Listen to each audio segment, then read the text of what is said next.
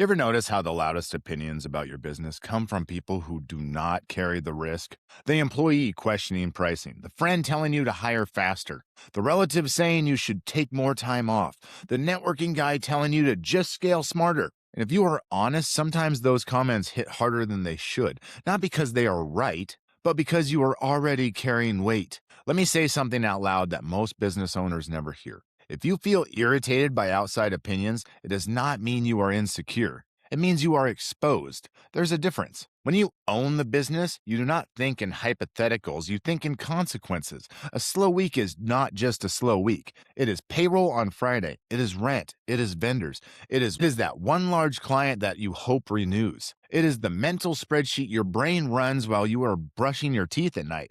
Other people see decisions. You see outcomes. Other people hear just lower prices. You hear thinner margins and tighter cash flow. Other people say just fire them. You hear retraining, culture shock, unemployment claims, and the quiet reality that you were the one who hired them in the first place. That weight changes how your brain works. You start scanning for threat. You reread emails 3 times. You feel your chest tighten when a big client's name pops up on your phone. You overanalyze a short reply and wonder if something is wrong. From the outside, it looks like you're overthinking. From the inside, it feels like responsibility. And I need you to hear this clearly. There is nothing wrong with you for feeling that way. That is what ownership feels like. Nobody talks about this part. They talk about freedom. They talk about upside. They talk about impact. They do not talk about the invisible pressure of being the one who signs the fronts of the checks. They do not talk about the loneliness of being the final decision maker. You can be surrounded by employees, partners, clients, and still feel completely alone in the weight. Because at the end of the day, if it breaks, it lands on you. And that does something to your nervous system. Some nights it shows up as quiet panic. Some days it shows up as irritability. Sometimes it shows up as resentment that you immediately feel guilty for. Sometimes it shows up as a fantasy, a quiet thought. What would it feel like to just have a job? Not because you want a boss, but because you want relief. You want to go home and not carry it. You want to not think about revenue on Sunday. You want to not be the emotional shock absorber for everyone else's stress. If you have ever had that thought, I have too, and it does not make you weak. It makes you tired. There is an unspoken pressure in entrepreneurship to act like you are bulletproof, like you always believe, like you are always confident, like the stress does not touch you. That is not real. Real ownership feels heavy sometimes. Real ownership feels unfair sometimes. Real ownership feels lonely sometimes. And pretending it doesn't just makes it worse. Now, let me gently challenge something, not to criticize you, but to help you. A lot of what feels like anxiety is actually uncertainty. When you are unclear on your numbers, everything feels fragile. When you do not know exactly how many deals you need this month to stay stable, every slow day feels catastrophic. When your pipeline is thin, one canceled order feels like a crisis. That is not because you are dramatic, it is because you do not feel protected by math. When you know your monthly fixed expenses, when you know your average margin, when you know your close rate, when you know how many opportunities you need to create to stay steady, the emotional swings shrink. The pressure does not disappear, but it becomes defined instead of vague. And vague fear is always heavier than defined reality.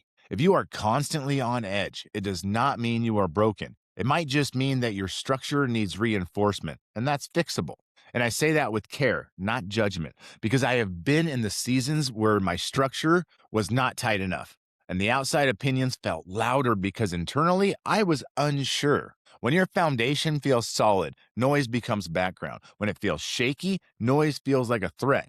You are not crazy for reacting to that. You are human. Let's also clear something up. If you have ever felt frustrated that you care more than your team, that does not make you a bad leader. You carry a different contract. They trade time for certainty. You trade certainty for upside.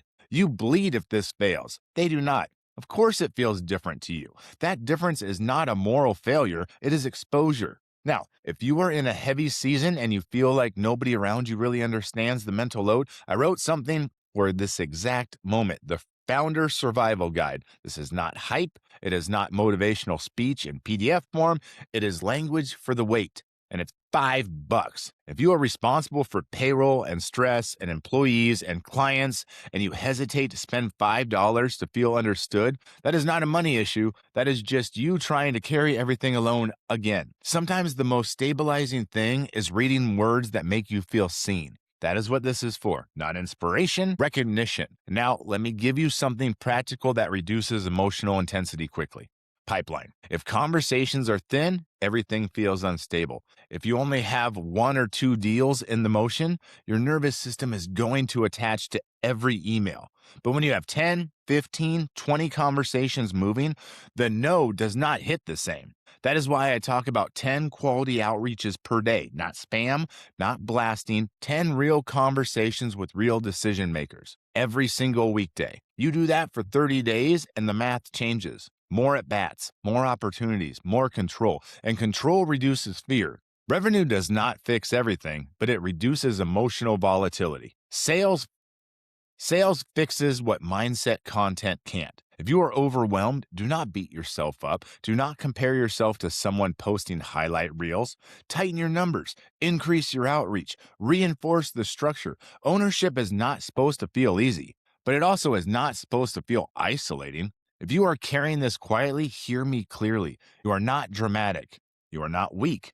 You are not failing. You are responsible. And responsible people feel pressure. The ones who stay in the game are not the ones who feel nothing. They are the ones who admit it is heavy and build systems anyway. If that is you, even on the days you doubt yourself, you are not alone in this. You are in the arena, and that matters.